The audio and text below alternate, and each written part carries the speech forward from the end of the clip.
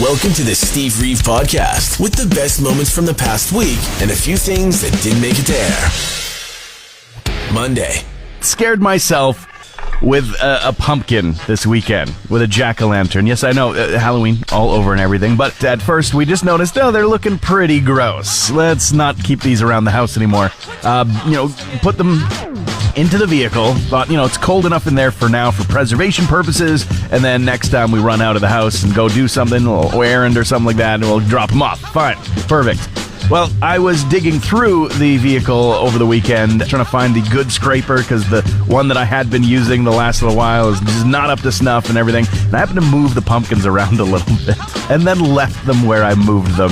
Instead of sitting on the back seat, one of the two of our pumpkins was propped up just enough that the next time that I got into the car, and it was dark outside, because, it always is this time of year, I thought there was somebody in my back seat with a giant jack-o'-lantern face, I guess. It is amazing how daylight saving changes still just mess people up.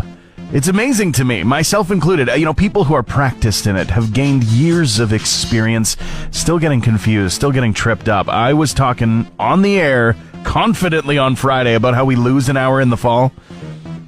We don't. We fall back. We gain the hour, as we just experienced. I was up as well, heading to bed at 1:57 a.m. on Saturday night. And then I saw the time on my phone in bed, and it was 1:03 a.m. And it flipped my brain for a second.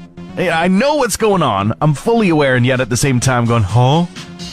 And right after, a new Beatles song was just released into the world. Exactly how far back did the clocks jump here? Elton John might have a new album coming out, and he says as much.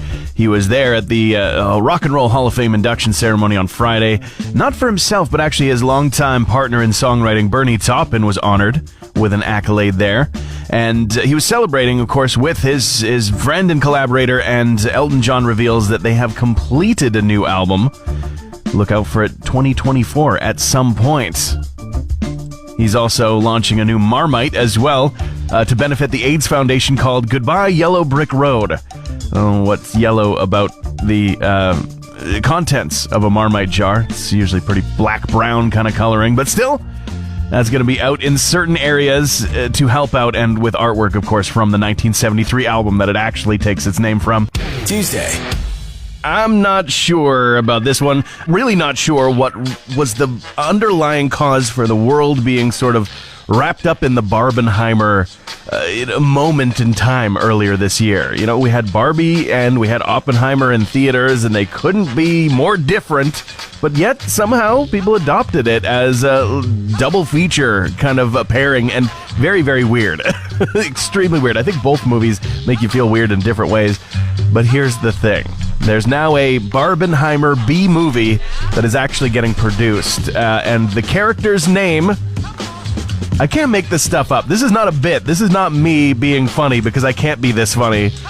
The character's name in the Barbenheimer B movie is Dr. Bambi J. Barbenheimer of Dolltopia, and she's going to get upset with the real world and decide that the only solution is to invent the atomic bomb, I guess.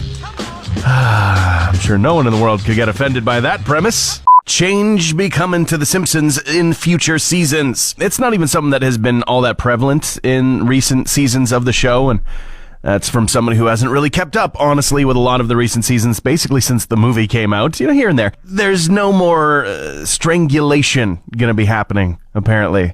As they have been moving away from it, they also, in a very recent episode, apparently, made a statement where Homer literally says to Marge, I don't do that anymore, about, doing the whole Bart strangle thing. I mean, it was an iconic kind of image, happened in so many different episodes. They even kind of had fun with it and changed the formula over and over and over as they went through time. But, I mean, I get it. I really do get it. It's a little bit, if you do it so often in a show, especially in today's climate. Honestly, whatever. For anyone automatically averse to any and all progress and change, or, weirdly hooked on seeing Homer Simpson, Why You Little His Son over and over and over again, where oh where could you ever find the 33 previous seasons of it? I'd start with the early episodes on Disney Plus. They did it a lot. Mr. Simpson, your son alleges that you have an anger management problem. You little... I'm sorry, Judge. That's a rare lapse in my normally calm demeanor. You're listening to the Steve Reeve Podcast from 100.5 Cruise FM. Ozzy Osbourne's granddaughter kind of terrified of him a little bit. I mean, she's very young, but in a recent episode of the revived The Osbournes podcast, Jack Osbourne said that his daughter loves Crazy Train the song, adores it when it comes on, but is scared of her grandfather in real life, and that's just her birthright. That's just to be expected. Richie Sambora is saying that maybe Bon Jovi should be getting back together. They are approaching the 40th anniversary of the band, and there's several projects in the works, including a documentary that's being done about the band, but he did say in a People magazine article that he would like to take part in a reunion. Hint, hint, Bon Jovi. Hint, hint. And we know that the Beatles have put out their final single, but maybe not the final single. Who knows? Wait, find out. But it's doing quite well and is now on track, expected to, when the UK chart numbers are released on Friday, to be a number one song after it debuted at number 42 on the charts last week, making it officially their 18th number one single as a band. Some people are just gifted at giving gifts. They barely have to flex any mental muscles to know just the perfect thing to put under the tree. Then, there are the rest of us, figuring it out as we go. And I've figured out the trick to figuring out what to give someone. You just can't think of what to give to. Make it a gift for you. There's the secret. It really is. Add a little anguish in there. Get some enjoyment out of it. Someone hates the "some assembly required" message that's on some packaging. Get them something that's all assembly required. Picky eater? Liver pate of the month club it is, I guess. Well, you didn't say what you wanted. I clearly stated that I wanted something that was A, expensive, B, bought, and C, not lovingly handcrafted.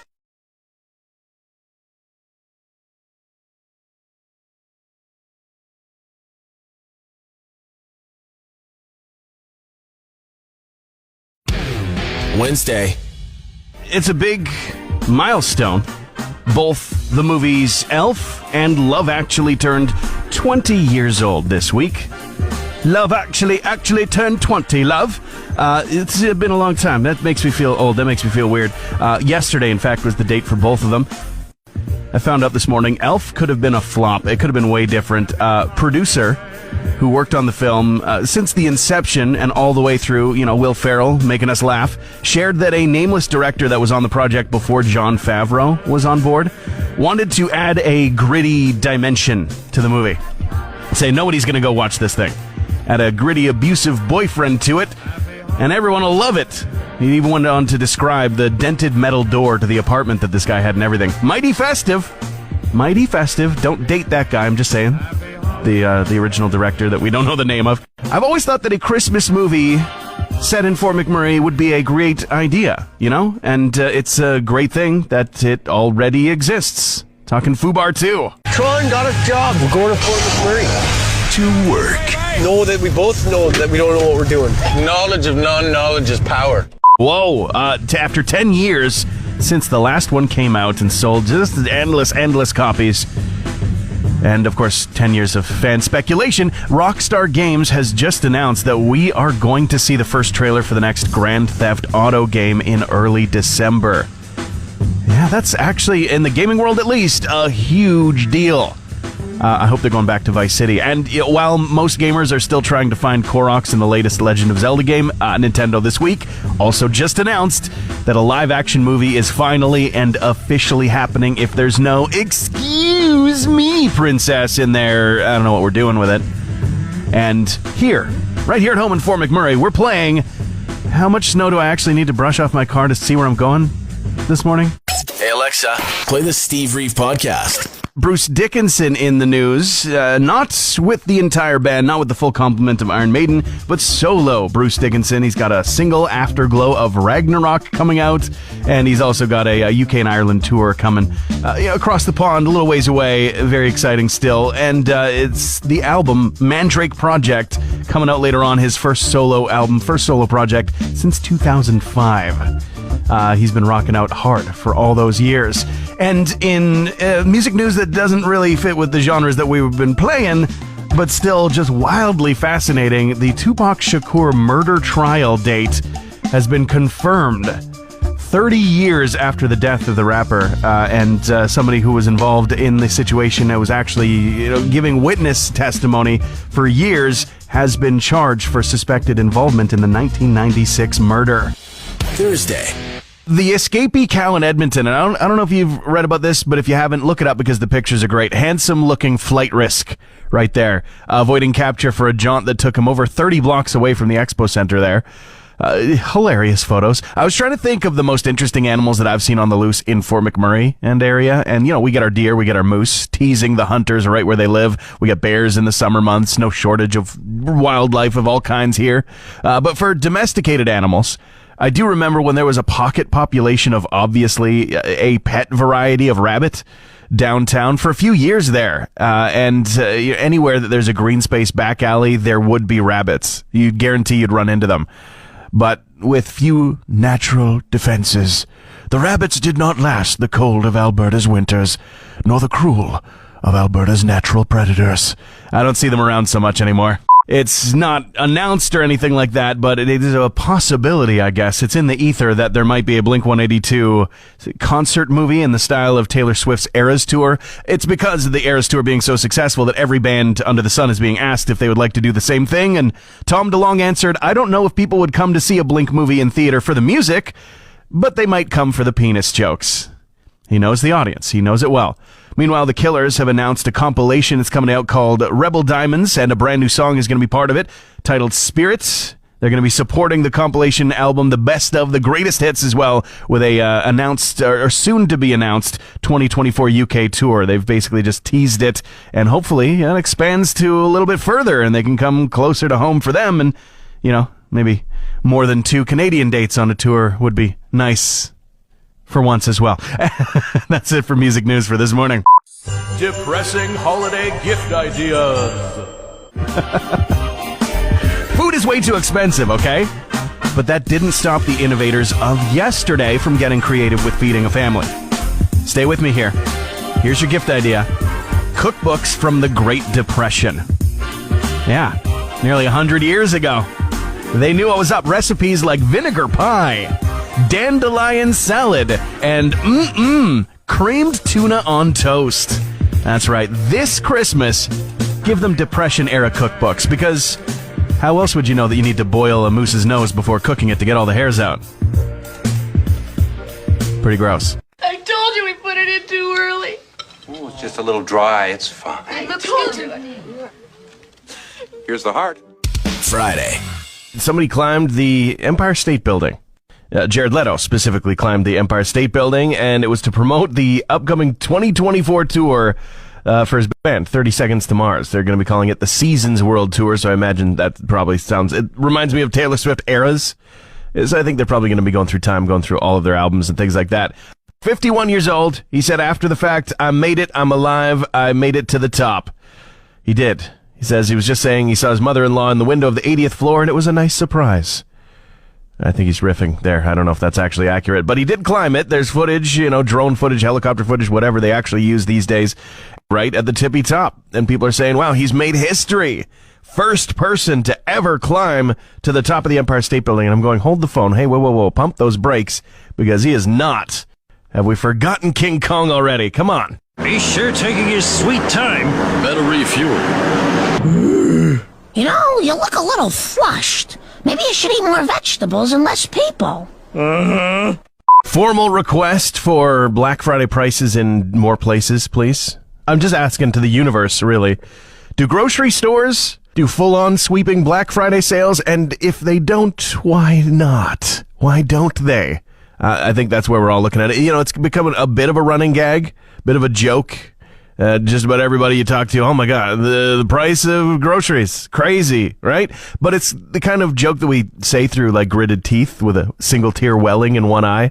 It's funny to kind of joke about because it's a shared experience and we got to make light of it or else it's not very light. But the food is still super expensive everywhere you go. Everything that you get, it feels like. And if they don't do the Black Friday sales at grocery stores, maybe it should be considered. 35% off produce. Buy one, get one, bags of bagels. I need some cheap cheese, all right? Let's do this thing. Black Friday prices on everything at the grocery store. Why isn't it possible? It's just not. Why not, you stupid bastard? You're listening to the Steve Reeve Podcast from 100.5 Cruise FM. Kiss is at the start because they're at the end of their final tour. Their farewell tour is going to be coming to a close with a show on December 2nd in Madison Square Garden. And Gene Simmons and friends have announced that there's actually going to be a chance for everybody to see that concert. It's going to be live streamed.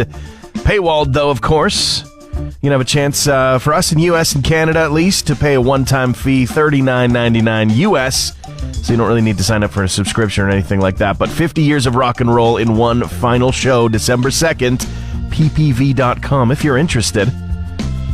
Bruce Dickinson of Iron Maiden, yeah, we were just talking about him yesterday because he's announced a new solo project and a single coming out. He's also now going to be starring in a film, a horror movie called Bjorn of the Dead, which is inspired by ABBA and basically is all about a ABBA tribute band, a cover band getting trapped in a nightclub with other acts as an apocalypse starts. I'm not sure of the role that he's playing, but it is known that his son Austin is one of the writers on the film's script.